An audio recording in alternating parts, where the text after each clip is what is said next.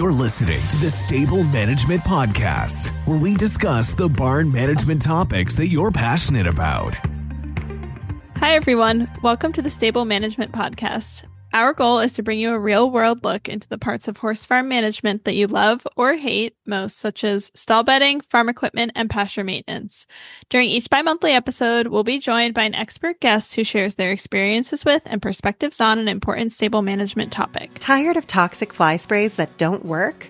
Bye Bye Insects is the fly spray that delivers botanical ingredients and powerful protection. The science-backed formula smells amazing, works even better, and is safe for both you and your horse. No toxic chemicals, no compromise, just comfort you can count on, in the barn or on the trail. Bye Bye Insects by Spalding Labs. Get yours now at spalding-labs.com. I'm your host, Hailey Kerstetter, and my guest today is Tom Keene, former agronomy specialist at the University of Kentucky. Thank you so much for joining me today. It's my pleasure to be here. So our topic today is one that I think our readers and listeners have heard a lot about, but we don't go in depth with it very often, and that's hay testing. So can you start with the basics and tell us what is hay analysis and why is it important for horse owners and barn managers to do this semi-regularly?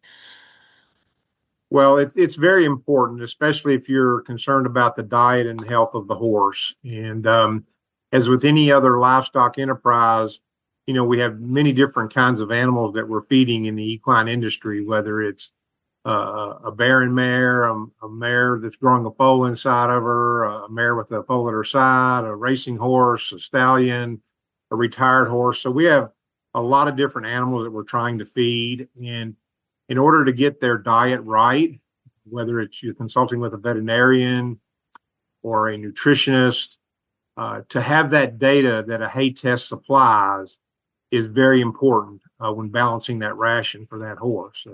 Just like when you and I might go to the grocery, we would look on the label to find the parameters that we're concerned about to make our diets appropriate or our diets for our children.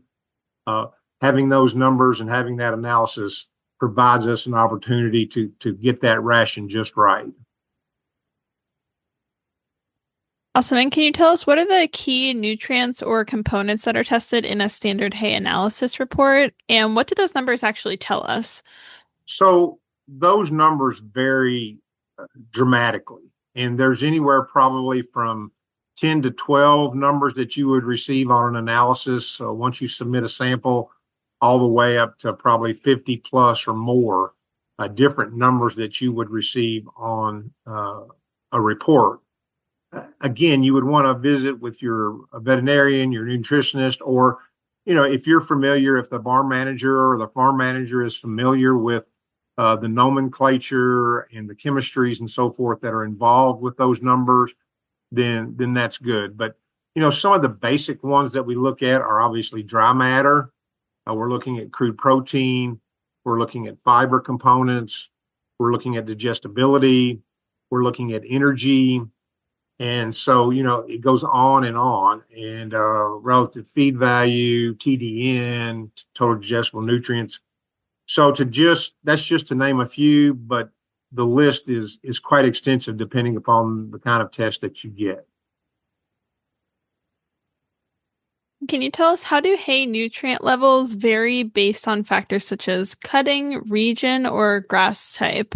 I know this is really important for our readership because they're spread out over such a large area, basically the entire country. And are there some types that are more consistent than others? Well, they do vary a great deal across this great country of ours. And they vary from east to west and also from north to south, and probably more from north to south. And the components of that hay, just as we talked about the number of parameters you receive on a test result, the number of different types of hay that are available across the country are many and varied. Primarily, we have two types of hay. We have what we call a grass hay, which would consist of something like fescue, ryegrass, timothy, orchard grass, Bermuda grass, Bahia grass, those type of things. And then we have legumes, which might entail alfalfa, red clover, white clover, lespedeza. There's all kinds of legumes as well. So Typically, legumes are higher in protein. They fix nitrogen from the atmosphere. So when we're looking at nitrogen and protein as part of the diet and something that gives us energy, just like we humans, protein provides that.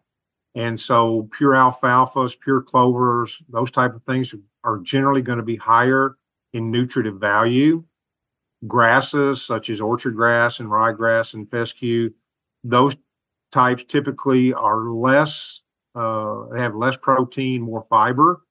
And then you have those separately, but a lot of hays that you either grow on your farm or you purchase will have a blend of those. You'll have half legume and half grass. So again, it all depends on the mixture of that hay. That's why, again, we want to go back to that test that we talked to in the very beginning.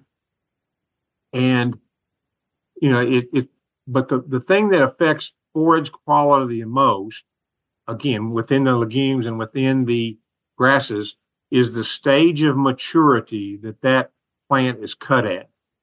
And so if you cut something that is in a young stage, very vegetative stage, versus something that has bloomed out and has a seed head, that younger grass is going to be more nutritious. That younger legume is going to be more nutritious. The older stuff is not going to be quite as good. If you go and you look at an Olympic athlete and how strong and all and how they're built up, and then you look at someone that's older like me, they can do a lot more. So you want something that's a young cut grass. That stage of maturity will be the thing that determines the quality of that the most. And when we look at that analysis, Hailey, as you mentioned, we can take all those numbers, but the animal performance is the greatest test for what that forage is when we're feeding it to those horses. So it's very, I don't mean to give you a vague answer, but there's just a lot of components that go into it. Definitely. And you touched on one of the key themes of this podcast in general, no matter what we're talking about, is it really depends on the individual. So I think our listeners are very used to that. And hopefully by now they know that they should be listening to what their individual horse tells them as well. Exactly. So this is a question that we get a lot, and that's how often should barns be testing their hay, and is there a best time to submit samples? I know that barns get hay at varying times of the year, and they might get, some barns can just do like 2 or 3 loads a year, and some barns have to get it once a month. So what would you recommend there? So if we're talking about hay that's brought into the farm, we're not talking about hay that we're growing on the farm. But we're talking about hay that we're purchasing and bringing in on the farm. When you're purchasing that hay, let's just take as an example, we get a load of alfalfa from XYZ hay dealer, and we tell them, look, we want this same type of hay for the next 6 months. Can you provide it? Yes. Okay. Is it going to be from the same provider? Is it going to be the same cutting? You need to ask some of those questions. And then when that hay gets on the premises, obviously, you'll be able to look at it and say, well, this is the exact same hay we got last time, or it's not the exact same hay. So if you're getting the same hay from the same company that was grown on the same farm and it's the same cutting, then, one analysis of that is probably good. If you're getting 2 or 3 different types of hay to feed different animals, again, you're getting some really nice alfalfa to feed stallions and yearlings, and you're getting some pure Timothy to feed some barren mares, then obviously you're going to have 2 different tests. But as long as those hays are the same as they're coming in, again, they're from the same farm, they're the same cutting, they were, cut in the same year, one analysis is probably good. But if your supplier is going from different farmer to different farmer and you're getting in, clover hay one load, you're getting an alfalfa hay another load, then you want to test every load. But as long as it's consistent, it's from the same dealer, it's from the same farm, it's the same cutting, then one analysis done correctly will give you a really good idea as to what the nutritional value of that hay is. So when you're talking about the different types of hay analysis that people can do, can you tell us what's the difference between a basic analysis and a more comprehensive one? And when would you recommend that someone get a more thorough report? Well, again, it's kind of like us. I mean, if you're someone and if you have problems with diabetes or something, then you want to get your blood sugar checked, very regularly and those type of things. If you have high blood pressure, then obviously you check your blood pressure. If you have a lot of issues, then maybe you want to do something more expansive. The basic analysis that you're probably going to get on an analysis is moisture, crude protein, acid detergent fiber, neutral detergent fiber. You're going to get TDN. You're going to get net energy for lactation, net energy for maintenance. You'll probably get a relative feed value score. You might get a relative forage quality score. So, it's going to be pretty easy to read. There's not going to be too often many parameters. But if you really, if you have a nutritionist that really wants to get into the vitamins and the minerals and the energy levels and the digestibilities and those type of things, then you're going to ask for a way more comprehensive report than if you're just looking for the basics. Can you walk us through the process of actually collecting hay to sample to be sure that you get an accurate test? We get this question a little bit from our readers as well. Right.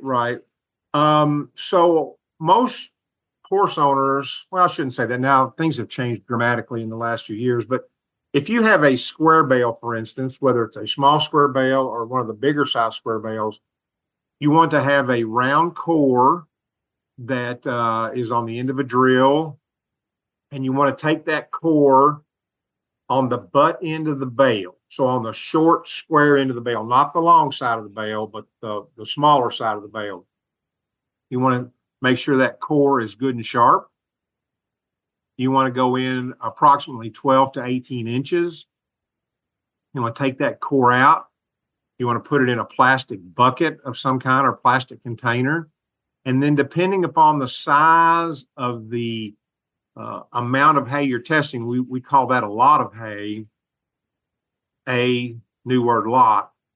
That kind of depends on how many cores you're going to take. But you want to take those cores, let's say you took 20 of them, you put them in a plastic pail, you're going to mix those up. You're going to take those and put them in a plastic bag of some kind. You're going to put it in a dark, cool place. Maybe leave the bag open just in case there's any respiration still going on in there. And then you're going to send it to a laboratory. And then obviously you'll fill out all the information about what type of hay it is, what cutting it is, and those type of things. You'll send that to the lab. And then depending upon, how busy the lab is, you should get the analysis back within a week to 10 days. But it's very important to use a plastic bucket. It's very important to keep that sample in a cool, dry, dark place once you take it. You don't want to take it and throw it up on the dash of the truck or throw it over in the seat of the pickup while you're driving around for 2 or 3 days, because that will affect the quality. But you want to do that, and you want to get that to the lab. Now, at the end of this, I know you're going to provide some information to our listeners. One place that you can go to find out what kind of cores are available, how to take a proper sample, in labs that are certified through the National Forage Testing Association program. If your listeners will go to foragetesting.org, a lot of that information is available to them there. That's super helpful. I know that our listeners really appreciate having a place to go to find this information at a later time because, as you know, a lot of them are listening while they might be mucking stalls or driving around and need to go look at it later. Yep. So can you tell us what are some common mistakes that people might make when interpreting hay analysis results and how they can avoid them, or mistakes they might make when it comes to using those results to accurately feed the horses? Well, as I mentioned a little bit earlier, I think it's very important with these numbers that are generated on the report is that you have someone that can understand them on a fairly decent level. I won't say intricate, but on a decent level. And Equine are very different when we're testing for equine hay, when we're trying to get those results. It's definitely different than we're doing it for, say, dairy cows or beef cows. In those instances, when we're feeding a product, we want to maximize the amount of gain that we're getting on beef cattle, for instance. Or if we're looking at dairy cows and we're feeding them hay, then we want to get the maximum pounds of milk production out of them as we can. In the equine industry, we're looking for, steady growth. We're looking for that growth that keeps that conditioning on that mare just right. We're looking at that conditioning that keeps the mare's body score right, and then she's able to produce milk for that foal.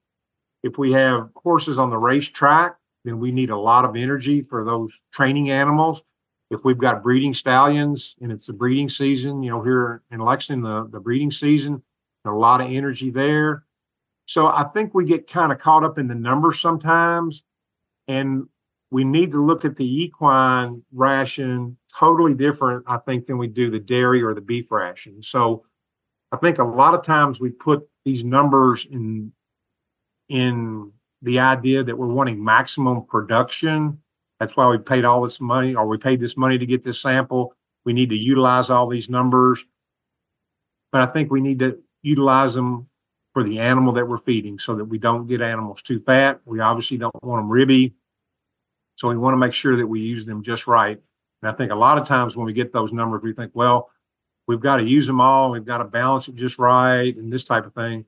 That's why I think it's really important to have a veterinarian, a nutritionist, or someone, a farm manager or whatever that understands these numbers and can apply them to that specific animal that's receiving the hay. So this question is specific to me personally because I have 2 miniature horses that are extremely easy keepers. Can you tell us how hay analysis can help with managing horses with special dietary needs, such as performance horses or those with metabolic conditions or breeding horses? Well, again, it goes back to that specific animal that you're feeding. And, if you've got an easy keeper, then you probably don't need that really high test alfalfa orchard grass, alfalfa Timothy that's really supercharged and is going to be for that performing animal, whether it's horse shows or on the racetrack or wherever the case might be. You might be able to get by with just some Timothy or some grass hay that is an easy keeper.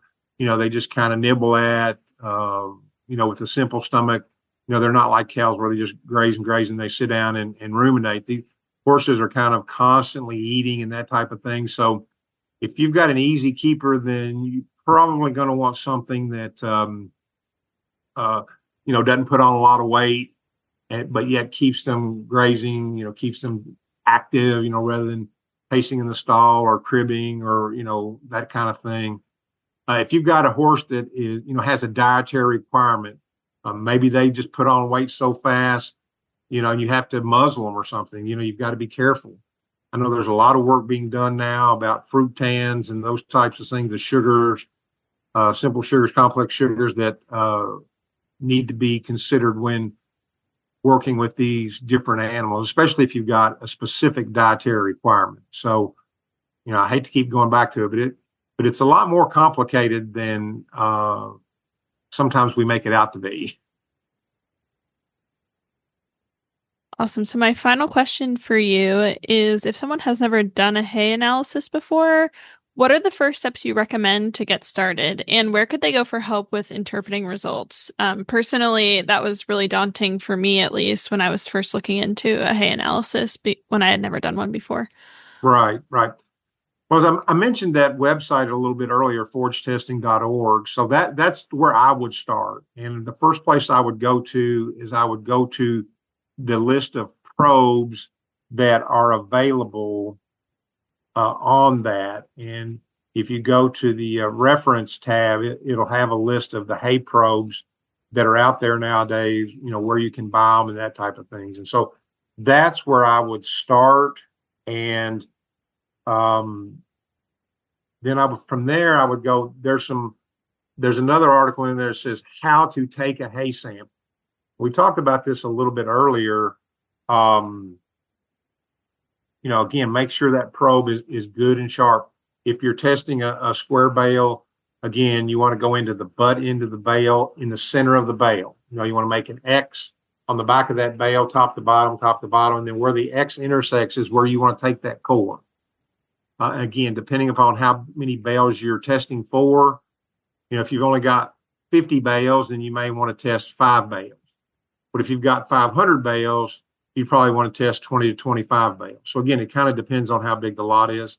If you're testing round bales, then again, you don't want to go from the side. You want to go from the round end, and you want to take that core, and you want to go directly toward the center of the bale, in the middle of the bale, so that you're getting as representative a sample as you can. And then also on that website, they have a list of certified laboratories that follow the protocols of the National Forest Testing Association. And so you have a pretty good assurance that the analysis you get back is going to be accurate. And so I would certainly encourage you that. There's also a publication out there. It's called Understanding Forage Quality. It's been in production for 30 years now, but it's still very solid with about much of the information that you and I have discussed here today. And so I would recommend that for the forage testing website, and then this publication called Understanding Forage Quality. Awesome. And for those listening who are unable to use their phone right now, we'll link all of these things in the show notes so that you can take a look at them later. Absolutely. Unfortunately, that's all the time we have for today, but it's been awesome talking with you today. Thank you so much for joining me. My great pleasure. And thank you all for listening today. Please remember to like this podcast, subscribe, leave a review, and recommend the Stable Management Podcast to a friend.